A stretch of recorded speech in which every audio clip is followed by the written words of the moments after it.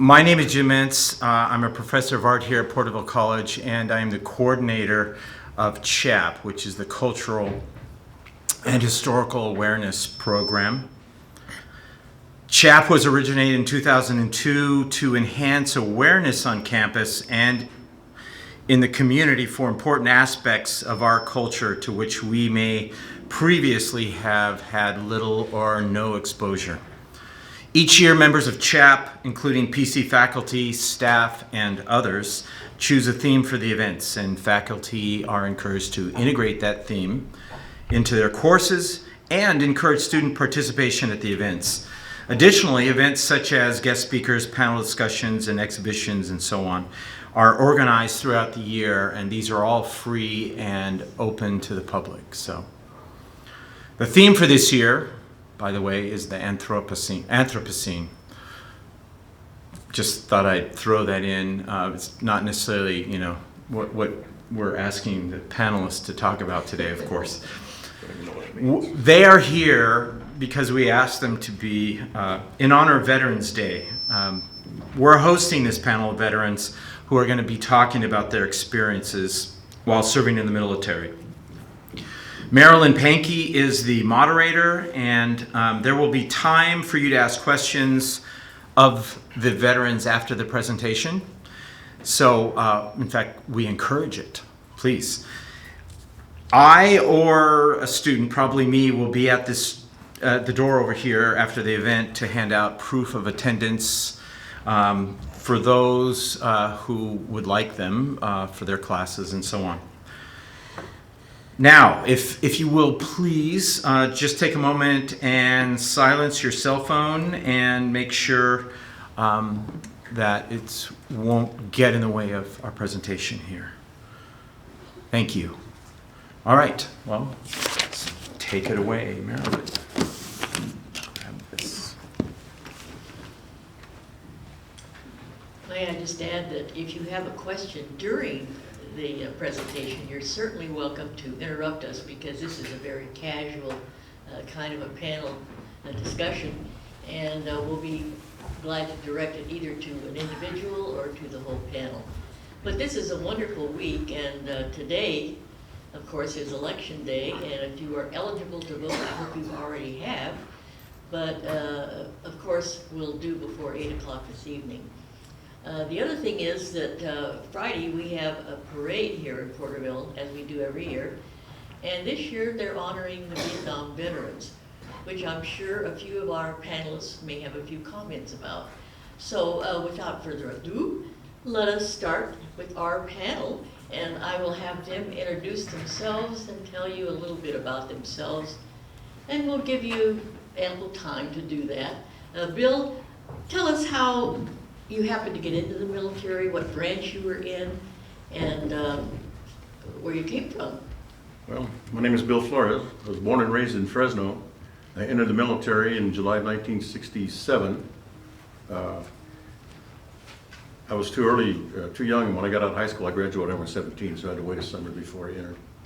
I actually volunteered for the draft. I got drafted, and then I went to basic training. In the military, the first week you do is just sit down and take a bunch of tests so you can figure out what the Army can figure out, what the military can do, what to do with you. I wound up going to a helicopter repair school in the United States Army, went to Fort Eustis, Virginia for my schooling, went to basic training at Fort Lewis, Washington in Washington, traveled across country to Fort Eustis for my training. Spent 3 months there learning the trade to work on a CH-47 Chinook helicopter, and then I went to Vietnam. And when I got to Vietnam, they put me in a Huey helicopter company. So I didn't understand what the tail rotor thing on the back was, because Chinooks didn't have them. So I spent a year and a half in Vietnam. The tour of duty was 12 months. I did my 12 months and I extended for another 6. Tried to extend again, but they wouldn't let me stay. They sent me home. My job in the military wound up being a crew chief and a door gunner. My job was twofold. A crew chief is kind of the maintenance supervisor for that aircraft. You've got to make sure that aircraft is flyable. When it's scheduled to fly, it needs to be ready to fly. It's up to me to make sure that it's ready. If it needs required maintenances, required inspections. It's up to me to get them done. If there's a lot of battle damage and the aircraft is scheduled to fly the next day, it's up to me to make sure that that battle damage gets repaired so it is flyable the next day. The second part of my job was as a door gunner. When the aircraft left the ground, I was no longer the mechanic, I was the door gunner on the side of the aircraft. I flew two types of aircraft, we call it slicks, with troop carriers. We moved troops from point A to point B. And then my second ship that I flew was a gunship, which was a flying arsenal. We carried no troops. We protected the troops on the ground, inspected the LZs before they got in there, and stayed on station while they were on the ground and they were receiving fire from the tree lines or whatever. We would suppress the tree lines or wherever the fire was coming from. Thank you, Bill. We will get back to you. Okay. Sadie, same question.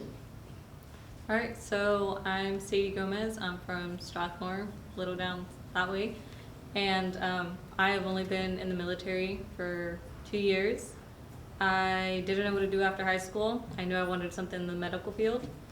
I just didn't want to invest the time and money and do something I wouldn't like. So I joined the Army National Guard as a combat medic. So my basic training was in Fort Sill, Oklahoma. And I actually got injured, so instead of spending your 10 weeks there, I spent 20. After that, I got sent to Fort Sam Houston, San Antonio, Texas, and that's where I did 16 weeks of the medical training. And through the Army, I got EMT certified, and they taught me what the military expected out of me, which is your basic immunizations, your IV lines, what a nurse would do. So now that after I graduated my training school, I got to my unit, and what they have me doing there is doing physicals. When someone comes in with an injury, we go help out and then send them to a provider if needed. That's about it. Thank you. I didn't mention that some of our veterans have a connection to Porterville College, and hopefully they'll throw that in as they go along. Okay, next. Hello, I'm Juan Torres. I am 92 Fox. I'm a petroleum supply specialist. I just graduated from training in May this year, so I've been just like 6 months here in the Army. I'm part of the reserves. My unit is at Fresno, so pretty much I'm just like getting started, so I'm basically just learning right now on my job, but it's been so far it's been a good experience for that. So that's pretty much about it. till Okay, now. thank you. Morning, my name is Dan Garcia. I was a former student here. Actually, my first job was here. I was a math tutor. The library was a lot different back then. And then I became a peer advisor here for about 2 years until I graduated, where I transferred to Fresno Pacific. I joined I cross-trained quite a bit, so I had a couple careers in the military. And my first, had joined the Air National Guard to try it out. Ended up really loving it, but I didn't know at the time, once you go guard, it was, at the time, things are always changing now, it was really difficult to go active. So my first job, I was a weapons specialist, where I worked on the F-16s, and then we moved over to the F-15s. Got an opportunity to go military police, so I went back to training again. Over in Lackland, I did the Military Police Academy, graduated from there, came back, and then I got what's called an AGR, Active Guard Reserve. It's an active position, however, you're still Guard Reserve. Did that for about 2 years until I got the opportunity to commission. I gave up my AGR spot, which is usually a lot of people compete for those, they're really good spots, but I gave it up so I can commission to lieutenant. I went to flight school. I got the commission through Oklahoma. There's a story about that. It was really difficult to get the commission. It's really hard. It took me 9 years to commission. But when I finally got the commission, I went to Oklahoma, went to my initial flight school in Colorado, and then from Colorado they sent me to Florida, Pensacola, at a Navy base, and I did flight school there for about 2 years. It was for an ISR platform, intelligence, surveillance, reconnaissance. Pretty interesting, some of the training. You get to live in the woods and eat insects and squirrels and spiders and one frog. Anything you can find, really. And then from there, I wanted to come back to California. Got a position at Travis Air Force Base, where I'm currently now as a flight commander for the 55th Aerial Port Squadron. Basically I oversee, they're called 2T2s, they're on the flight line. The thing about when you commission, when you become an officer, you can move anywhere. They asked me to take over a military police squadron, so you really can go anywhere, maintenance. And right now I'm currently sitting with the 2T2s at Travis. Thank you. And we'll go on to Chatty Cathy here. John Perez from Visalia, California. I born and grew up there. Went to Redwood for 4 years, COS 2 years. After COS, I got drafted into the U.S. Army. I went 6 weeks basic training at Fort Lewis, Washington. After the training there, I went to Fort Polk, Louisiana, which is the gateway to Vietnam. And there I did infantry training. After a month off, I went to Vietnam, spent a year there. That's how long you're there for your tour, 1 year.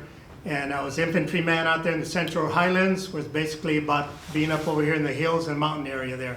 A lot of climbing hills and getting up to base camps up on top. Thank God I was able to make it. I was one of the few guys who didn't get shot or wounded or injured.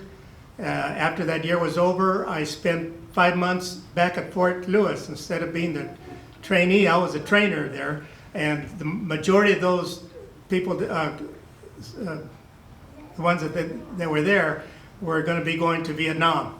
And I really stressed for them to listen to the instructors there, because most of them were Vietnam veterans, and they would try to help help them make it back. And I told them honestly that some of them might not make it back, but if you would listen to the instructors and be very diligent, that they would do a good job. After that, I came back to Visalia, worked for the post office for 30 years, got out of there, retired there, and then luckily we had a Central Valley Vietnam Veterans that was formed in 2007. And this group is Vietnam veteran, Vietnam era, and it's really been good for Bill and myself. We go talk to different schools, and we talk about about Vietnam and what we did there. And also too, our thing with Porterville College is we give a $500 scholarship, and that goes to the veteran, right, Richard? Richard Osborne's one of our members too, and he's the one who takes care of it. And last year, Bill and I did the colors here for the scholarship that night, and we were able to give, after the colors, presented the colors, we were able to present the scholarship to the veteran who was honored that year. So that's for Porterville College. It's close to my heart. She was talking about the Porterville Parade, and that was my coming home. We marched in the color guard there down the street, and I was amazed. I was so amazed at how well Porterville the city, honors the veterans. And to this day, I always brag about the city and the parade. So thank you for doing that. Thank you. I think most of our veterans have explained where they were deployed, because it kind of took first place in their life. So we'll go on to the next question. And again, I'm inviting any of you to ask any questions that you have on your mind. For maybe the older veterans, can you explain to us what the draft was? Bill. Well, back in those days, when you turned 18 years old, you had to go to the post office and register for the draft. They give you a little card, give your date of birth and blah, blah, blah, and then you were legally obligated to carry that with you. And that's what they drew to draft you into the military. The letter you get is greetings from your friends and neighbors. You have been selected to serve your country. So it was mandatory. When you turn 18, you had to go to the post office and register, and that's what they used to pick your name out. It wasn't like the lotto, the lottery that came along years later. Back in those days, your name was on the list, and when it was your turn, it was your turn. Anyone else want to add to that? If you were going to college, you wouldn't get drafted. But as soon as you left college, I went to COS, and 2 or 3 weeks later, I got my letter, and I landed up going over there. So, and then right after that, when we went in, then they started the lottery. I think it was like 1970, 1971, around there. And so there, you know, they picked the numbers, and then depending on what number you were, if you were like number 300, then you didn't have to worry about getting drafted or, you know, going in the military. But if you were like number 1 or 2, well, you're gone. So If you were drafted, did you automatically go into the Army? I think that's pretty much the Army drafted. The Marines drafted for a little while during Vietnam, but not very often. Most of the time when you're drafted, you went in the Army. Okay. most of them, at that time, the Air Force and the Navy, everyone was trying to sign up for there, so, you know, they were full. So most of them went Army. When you went in to get inducted, sometimes they would, since most people didn't join the Marines, they would say, okay, you're going to be with the Marines. And then, you know, let's say like 20% Marines, the other 80% were going to be Army. So that's the way it worked when we got inducted. Okay. Well, Sadie, can I ask you, what did your family think about you going into the military? They were definitely not okay with it. Being the oldest child of an immigrant family, what they expected out of me was going straight into college. But after reasoning with them for a while that the job I'd have with the military, it's medical, and that's what I wanted to do, it kind of eased them a bit. And I mean, they still struggle with it.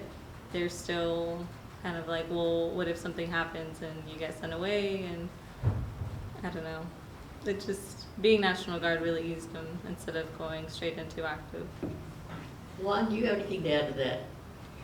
So, my family, I didn't even give them a chance to, I didn't even tell them, so, because I was, one day I was just sleeping, I came from, so like I used to work and come to college after work, so then a call would wake me up, and it was a recruiter. And so he told me, oh, are you interested in a job in the Army? And I said, sure. But like, I didn't know I had to go through training and all that good stuff. So I went in without even knowing. And that was for the Army. An Army guy called me. But so when I got there, I went to the Navy office instead of the Army because I couldn't tell the difference. So just going back and forth, at the end it's a process of 2 weeks. So when one day I just told him, okay, I'm going to San Jose for my 2 MEPS because I already did my ASVAB test and everything. So I just went there, and once you sign the contract, it's not like you can back off. So my mom was kind of worried about it, but like any other family member was very supportive. But that's why I do it just straight. I'm not gonna ask you, Mom, because I know you're gonna say no. But at the same time, I was 21. So just last year, and it's not like it's not like I should ask her, you know. But at the end, it was just very fast, and so it's not like, oh, you shouldn't go. No, like I just went straight without even telling. So it's not like they had a choice to be supportive about it. So that's pretty much it. Oh, okay. What were the things that you had to give up in your everyday life that you dreaded the most? Bill? Probably freedom. Freedom? In basic training, you don't have a lot of freedom. You're pretty much at their disposal. They treat you like crap, and then they build you back up. And the rest of it, I didn't miss home that much, as that's one of the reasons I joined. Is go find a new experience. Yeah. And I found one, and I'm proud of finding it and doing it. Sadie? Honestly, I enjoyed basic and AIT, so I wasn't missing much. I feel like I ended up having more freedom in basic and AIT, which is a training school, than I did back home. Especially once I got to the training environment, I was like, you're telling me I can go out on the weekend and explore the city? Say less. You're saying after a certain amount of time, I can go out and actually relax? All right, sounds pretty good. Because, I mean, back home, they're pretty strict parents, so I found freedom in the military. And so then the weekends that I leave for my drill trainings in Fresno, it was actually this past weekend that I went. I see a lot of freedom in there because it's a completely different environment. I love the people. They're all very supportive. They've all gone through the same things, so you could relate a lot better to them. And so, yeah, so I found freedom in the military instead of Great. feeling closed off. No restriction, okay. One, Can you repeat the question again, please? when you became part of the military, what about your everyday life that you missed the most? I mean, I pretty much didn't miss anything, because so I part of joined because like of same reason as kind of he did, because I mean I just wanted to try it out. So I mean it was a new experience, and I don't think I gave up everything. I mean I didn't used to like go out a lot to parties and stuff. So I mean, being basically in a cage over there, just training every day, it didn't make any difference to me. So I mean, it was. I don't think I gave up a lot, to be honest. But yeah, that's pretty much about it. I didn't feel like I gave up anything. Okay, Daniel. I didn't really get to see my kids grow up. I was always gone away, and I was in places where I couldn't bring my family. One of the reasons why I transferred to California, I did the math from when I was flying, because it was ISR, which is Intelligence Surveillance Reconnaissance. My timeline was already laid out where I was going to be in unfriendly places, where again our family wasn't able to go. And by the time I finally got back, aside from maybe a month or here or there, my daughter was already going to be out of high school, and my son was already going to be graduating when I did the math. So I was going to miss all that. And I had already missed them growing up until junior high, so I transferred back to California. I felt kind of in time for them to actually watch them be a part of their development. Got back when my daughter was a freshman. We were going into her sophomore year, and my son was still in junior high, where I could still be a father. That was my biggest thing, because my daughter still brings it up. We have conversations about it, where she wished I was around more. John. All right, myself, it was basically when I was in Vietnam that 1 year, that whole year I was never able to talk to my parents. I was 19 years old when I went in. Talk to my parents or my family. We would get mail from them, maybe like, it would take about a month to get mail from them, 3 weeks to a month before we got mail from them. So that was the main thing. And, at least nowadays, they can go back to the camp and they can call, and they can see them, or FaceTime now. But at that time, that whole year, we really didn't have family. Our family was our members of our company, basically, So that I missed. Also too, I miss those hot meals. Being out as infantry, the majority of the time we were eating C rations. That was box food. And every now and then we get a hot meal, maybe about once every 3 weeks. They'd send it out to the field and get a hot meal. Thanksgiving, I remember when we spent the Thanksgiving out there, we just used canned food. They weren't able to get hot meal into us. Same thing for Christmas too. So those are the things that I missed when I was in the service, just that. Well, it brings up what I was going to ask you next, and that is, how did you communicate with your family and friends? We all know about the FaceTime and also the calls that came along later, but maybe not when you were in the military. Bill? The only way you communicated with family or friends back home was through the mail. That was it. every once in a while you find a place, what they call the Mars station, where the ham radio operators throughout the world, they piggyback on one another, and you get to talk to somebody at home, your mom or your sister or somebody. Okay. I never saw that, but there's Kind only, of an airmail. yeah. There are only, I can't tell you how many Mars stations there were in Vietnam, but I don't believe there were that many. I was never in a place where that wasn't even an option. Most of it was just all mail. And it's really discouraging. I once went 17 days without any mail. Well, that was a real bummer. But that's how we did it, just snail mail, they call it today. We didn't have cell phones or whatever devices they use nowadays to call, hey, Mom, how you doing? You know, Yeah. we didn't do that. Sadie? I mean, the only time I wasn't really able to call home and all that was basic training.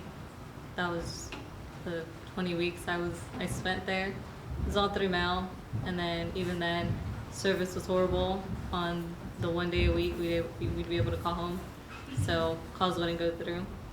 So that was about it. I mean, nothing as much as like the older veterans have gone through. So basically, I had a better situation than Sadie. So every week they will give us our phone like 15 to 30 minutes, depending on what we used to do.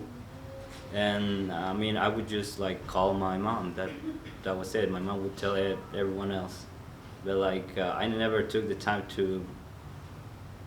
to write letters. I was kind of lazy at that point. But yeah, I could just write letters too. And some of my battles would have be constantly receiving or writing letters. So it was pretty good for communication. Daniel? I was fortunate to pretty much always have a phone. The only time I wasn't able to have anything was when I was in Korea. It's because the area we were in, we couldn't have any electronics. That was probably the longest I went without communicating, without having access to a phone or anything. And I didn't even bother using snail mail because I figure out by the time I finally get my phone, I'm gonna be able to get a message out before a letter even gets there. I already explained too, but for myself that we couldn't talk, call or anything, and we get the mail like Bill said about every 3 weeks, 4 weeks. We'd also get a care package every now and then from the family. That was the only time at that time that we got it, no one else. And then we would share it with the squad, and then if the squad, any of our squad men would get it, then they would share it with us. One time, my family sent me a bottle of alcohol, and I wrote back to them and I asked them, so how come you send me a bottle of alcohol? Wrote back and said it wasn't alcohol, it was tequila. I didn't even know it at that time, because they couldn't send a bottle, but they put it in there, so I missed out on my tequila. That was the other thing too. We would get 3 beers and 3 sodas a month. We were out in the boonies, and like myself, I would trade my sodas for 3 other beers. If somebody one of our members went on R&R, they came back, they would try to bring a case back, and then they distribute them out to the squad. And the same thing, when you would go, you would do that too. So that's why we did it, or our communicating with our families, basically just mail. Okay. In talking to some of the veterans in the past, they really didn't know geographically where they were because they had never heard of Vietnam, or they'd never heard of Korea, or wherever it was they were deployed.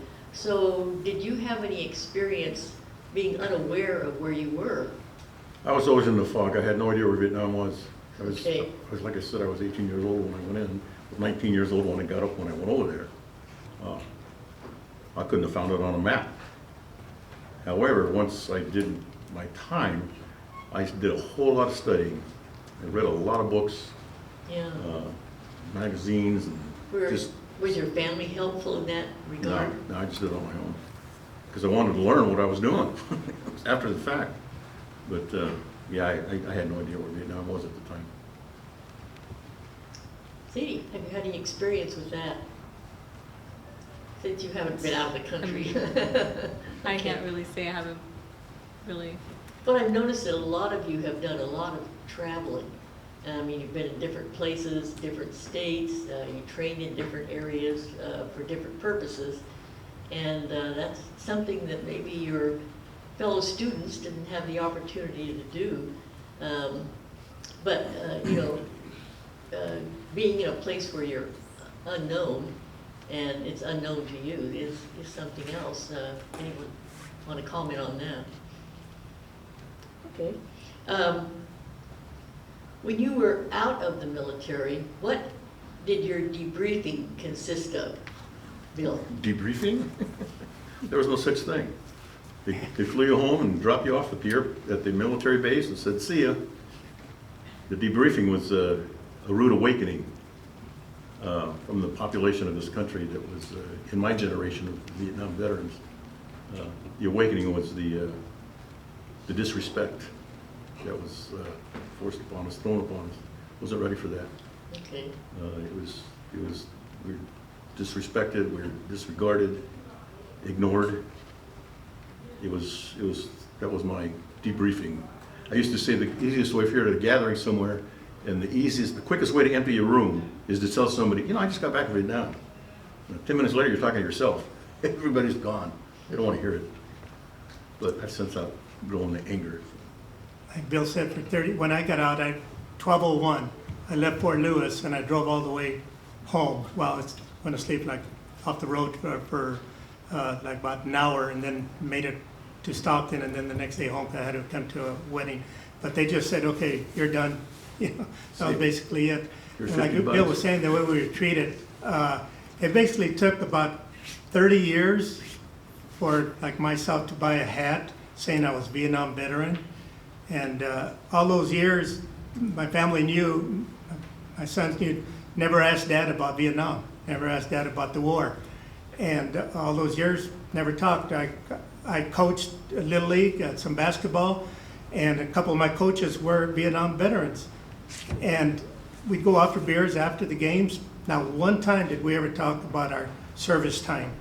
And now a couple of those members, our members now, were the ones who coached, and we asked, how come we never talked about Vietnam? We just didn't, and we just kind of forgotten, you know. And that's why now we go talk to the schools about Vietnam, so Vietnam veterans, and especially the ones who died fighting in the war, aren't forgotten. So, Do you have anything to add to that, Daniel? pardon me? Did Daniel have anything to add to that? Oh no, me myself. I mean, whenever I would leave a unit, just out process. Even when at my current unit, the people that are that are retiring or being let go, when I sign their documents that they're done, we just sign it and they're done. They leave. Really, nothing. Actual serious debrief, because there's usually programs that are around we refer them to, or groups, VA groups, like something like this. I would like stuff like that we have in our back pocket to let them know if they're gonna use their GI Bill or anything like that to continue on, what they can do after now that they're done with the military. They can use their benefits, get them in contact with cards like the event that Portable College had recently. I was getting those cards, and now I have those in my back pocket now as a resource for my members when they leave. Like, oh, well, here's a guy I met. He can help you with this, or go this route. Other than that, unless they did their full 20, which we give them a party, really nothing else. Okay, well, my next question then is, what was your best experience in the service? Whoa. It's a tough question, because, you know, in spite of the war itself, it wasn't always a shoot 'em up, bang bang day. There are a lot of those, but there are some days where you just had to make your own fun. You just, something stupid somebody can come up with is what you did. You tried it. But so to say what's my best time in the military, it's hard to say, because there was a lot of good times there in spite of the war itself. I can't pick out one particular episode or event that would say it was my favorite. Okay. Just the things that I'll tell you, the thing I really miss more than anything is the camaraderie that we developed as combat soldiers. Maybe that was the best. That was the best memory I have of the guys that I was with. Okay. Sadie? So I mean, I'm National Guard, so I don't get to see my unit much. But during the time that I was in my training, the AIT job, as a combat medic, the first part of that training, I hated it. It was just classroom, probably asleep most of the time. But once we got to the actual stuff the military wanted us to know, once we actually started sticking each other, we earned that trust with each other. So having that connection with other people, it's like, okay, well, that person stuck an IV line in me who knows how many times by now.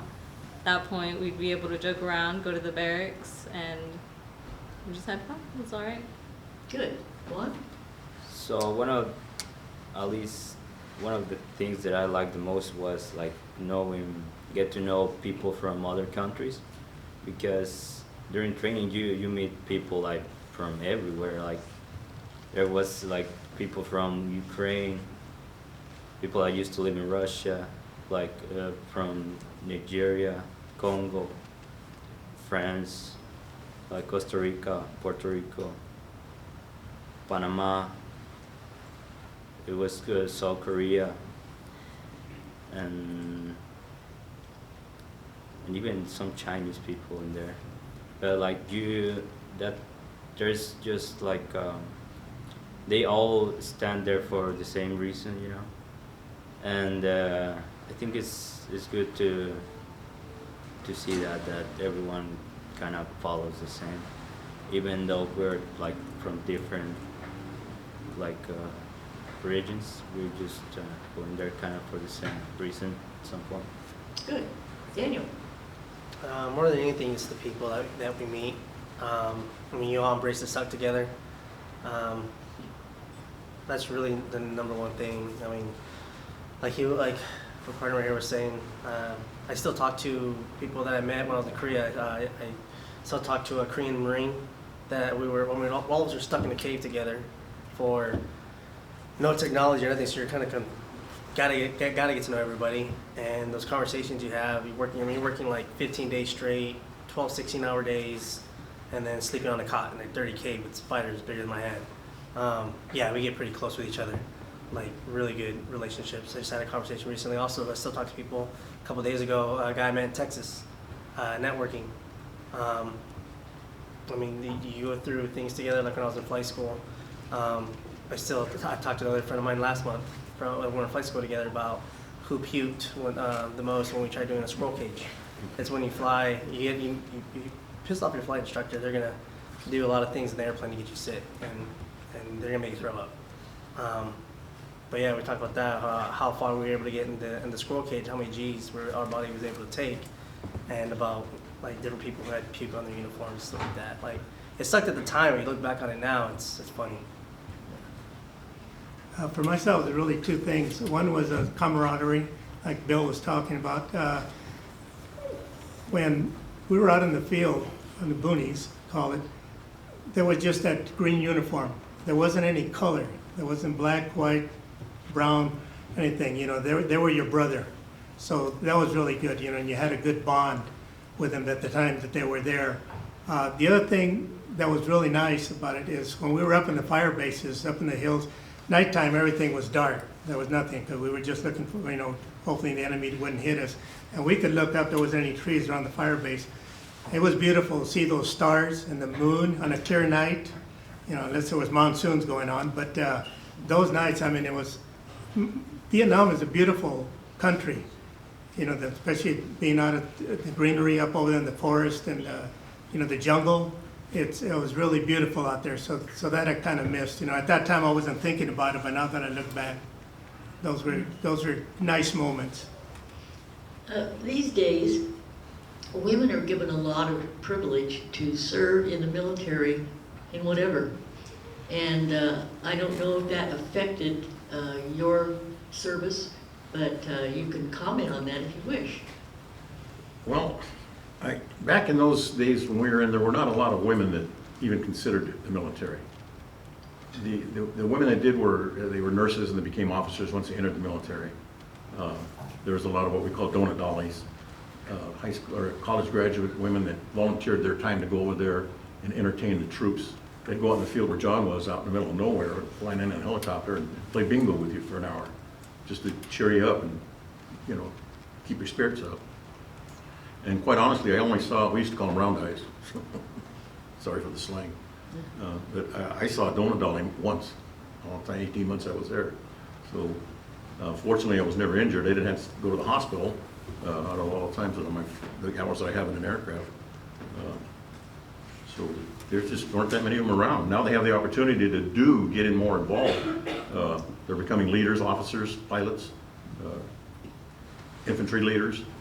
So there, yeah, I'm glad to see it open up the way that it did. But back in those days, it wasn't anything real common. See, you can speak freely. I mean,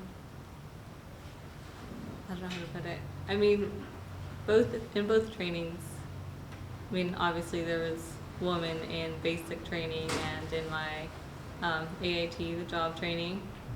And for the most part, we weren't treated any differently. It was, well, you're a woman, all right. You both have to get the same training as anyone does, so nothing less is expected from you. It's nothing more. I mean, of course, like the female drill instructors, they would push the females a bit more, as in based off their experiences in the military and how their male counterparts would sometimes think of them as less, like, okay, well, you're a bit weaker, they don't give you the same treatment. But once I got to AIT and things evened out a bit more, everyone had the same job, everyone was getting the same training, everyone was treated as an equal.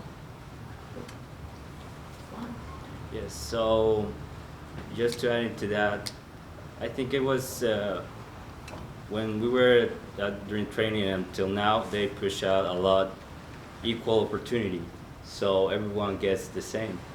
So everyone gets treated the same. I mean, I think that's a good point, because so there's no like sometimes you feel like everyone is the same. There's no male or female in some points. So I remember, because when we were at formation, they had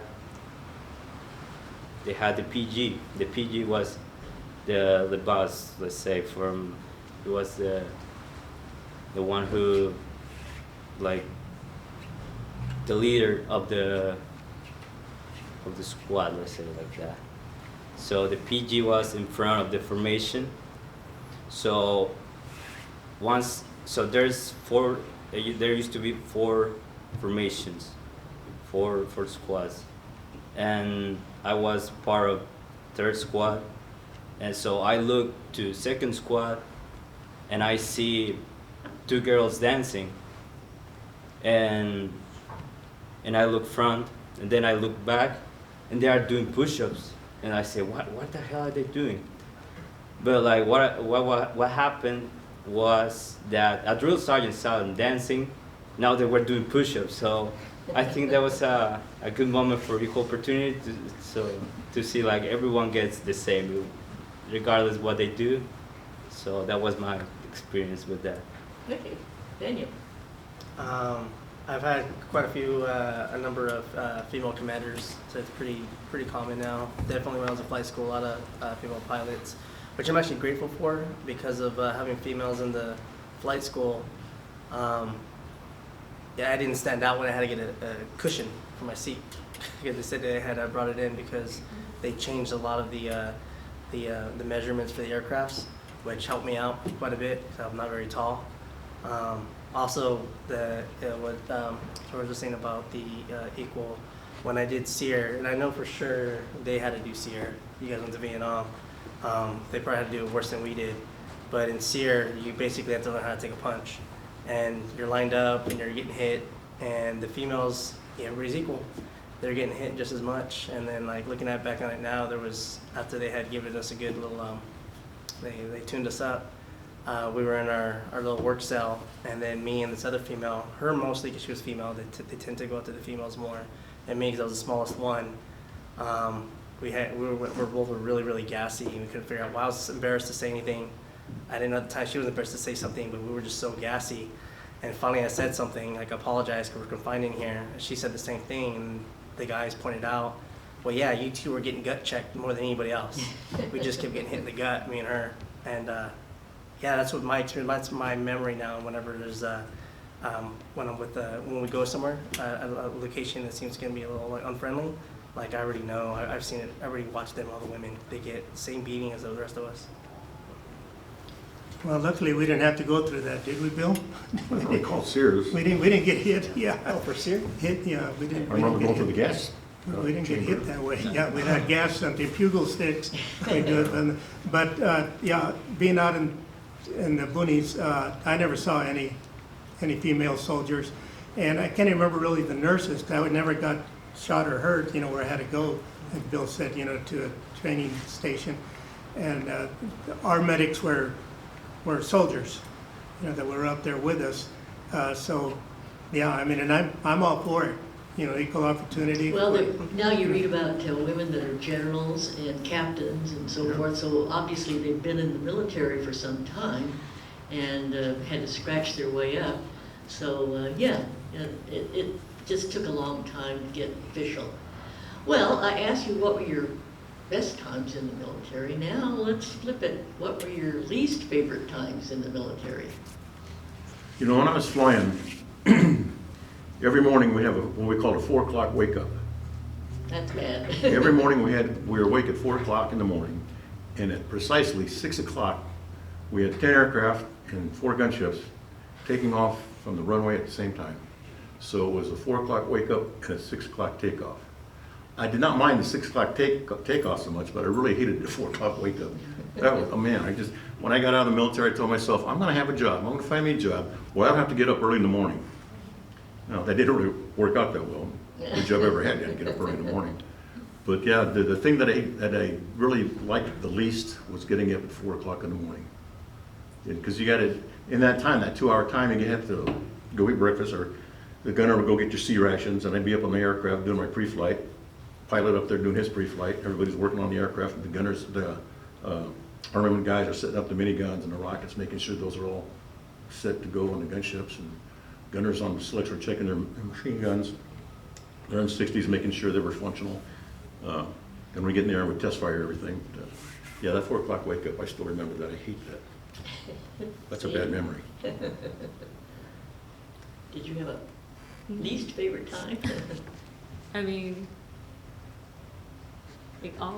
basic training, all of it mostly sucked, but I guess the worst of it was definitely the food. Your MRE, meals ready to eat, packaged canned food. We'd be up, 4 or 5 in the morning. First thing we get is start pushing, because someone was either late to formation or whatever. And after all that, they hand you that cold food. And for us, our drill instructors were like, all right, well, you guys all suck. You guys don't deserve to heat it up. So we just scarf it down. That creamy spinach fettuccine was the worst of all. So if you got stuck with that one, well, I mean, that was it. Most of the time I was like, well, I mean, try trading it. No one ever wanted Not mother's cooking. Yeah, no. Come on. So I don't think I have like a bad experience so far with the army, but like one thing that I hated was that you have to like shave every day during basic training. So and the other part was that, so for the males you have to have a basket, you have to you have to have the hair that basically kind of shave you, but the thing that they used to shave you, how do you call them, Clippers. yeah, the clippers. So we had to go there there was 3 ladies, so they would just press that clippers on your head and shave you. And that really hurt. I mean, you could see the pain of people in front of you. And then the ladies, they were enjoying it. They were just pushing that clipper on your head.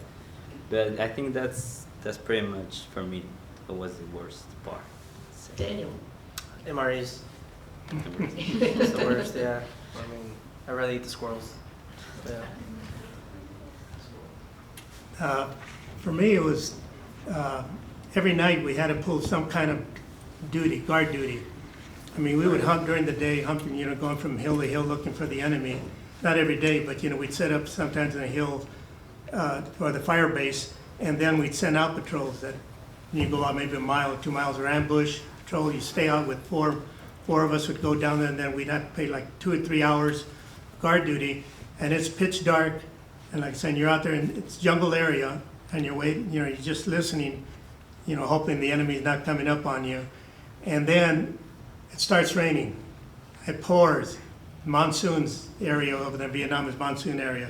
It pours, and you're looking, and you're getting wet, and you can't do anything about it, and you're trying to sleep there, and you're just all soaked.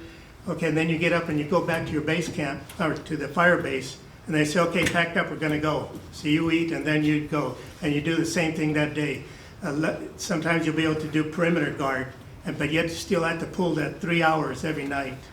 And some way or another, thank God we were young, we were able to do it physically and mentally. You just got to do it, but those were some of the things that were really bad. Leeches, being a jungle area, the leeches would get out there, and they would, if one would hit, someone would say, oh, there's a leech. We would all have to check ourselves, even though we had, we bloused our pants and everything, they would still show up, and we'd help each other look for the leeches, and sometimes we had to burn them off from the rear ends and everything. Those things I didn't enjoy out there, especially the monsoons. And so I told myself, I want to get a job once I get out, so I won't be out in the rain.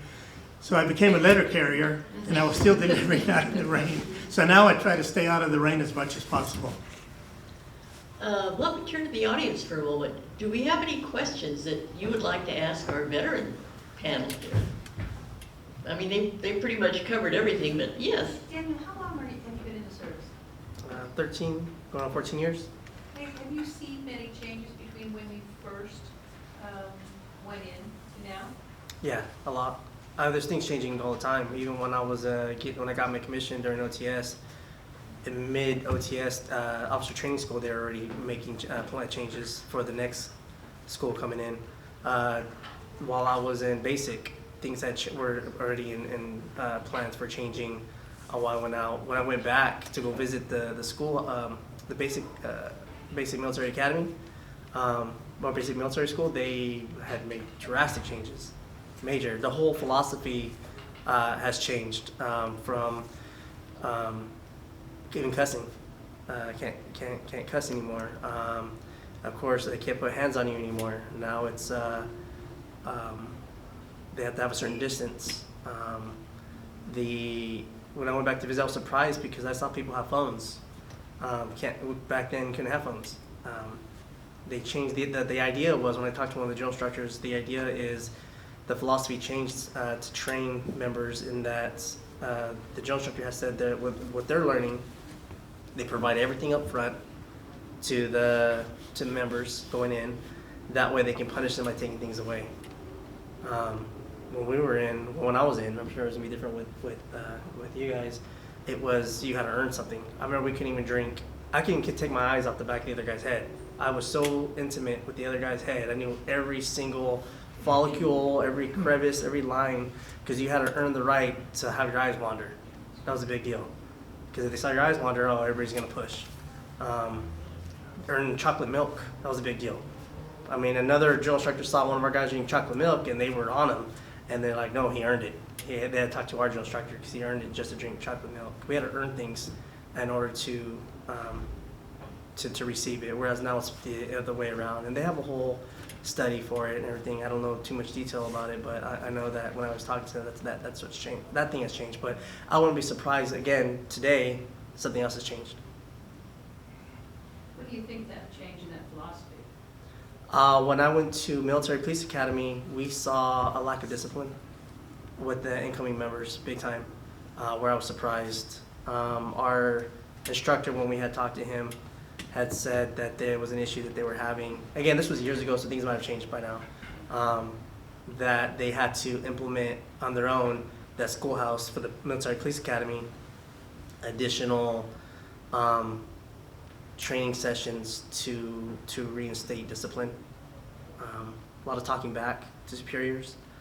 Still going on now. My brothers have joined. I talked to them in the joining, and they've been telling me stories about when they go out, how an E3 talked back to an E9. Never heard of that. That does not happen. That's like someone who's suicidal. It's someone that you don't do that. And it's I know back then that just wasn't heard of. You don't talk back to a superior. Well, we're drawing to a close, and I think it might be best to ask, are any of you considering re-enlisting? I'm 74 years old. I have no desire to re-enlist. Sadie, I mean, you gotta fulfill the first one, right? well, most people only sign for the first contract. It's like, what, 3 years most people go for. I did 6 years, well, technically 8. So by then, I'm kind of seeing it as, okay, well, I'm already going to be doing 8 years. Might as well go for the 10. And if I'm already doing 10, might as well go for the 20. So I guess it just depends what's going on, where the military is at. Good, I thought. Juan?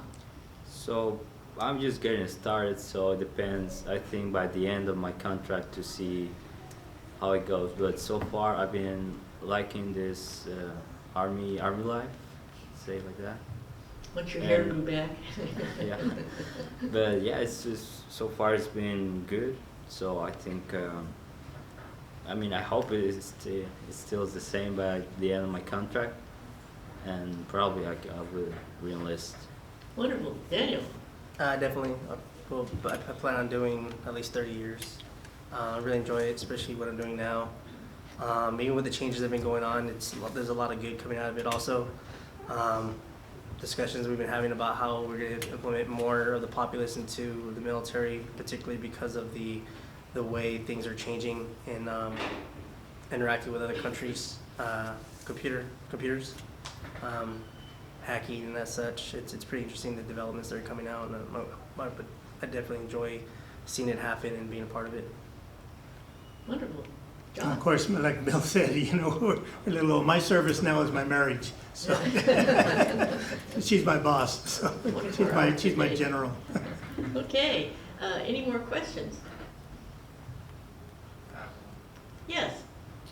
This question is directed toward Sadie and Juan, since they're the newest on the panel to the military. What made you guys pick the Army as your branch instead of any other branches like the Air Force? Sadie? Well, I mean, kind of the first recruiter to come up to me was the Army recruiter. And then after that was Army National Guard.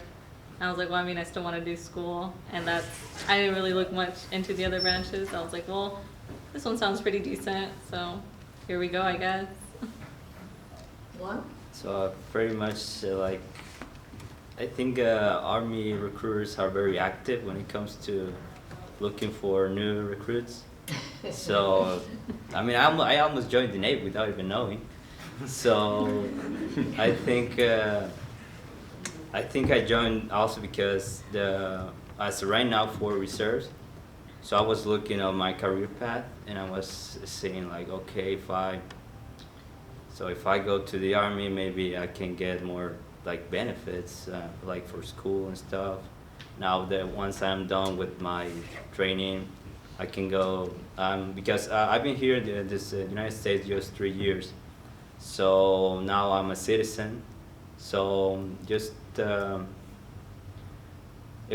think the Army was kind of like the easy path, because right now I'm a reserve, I'm not like active.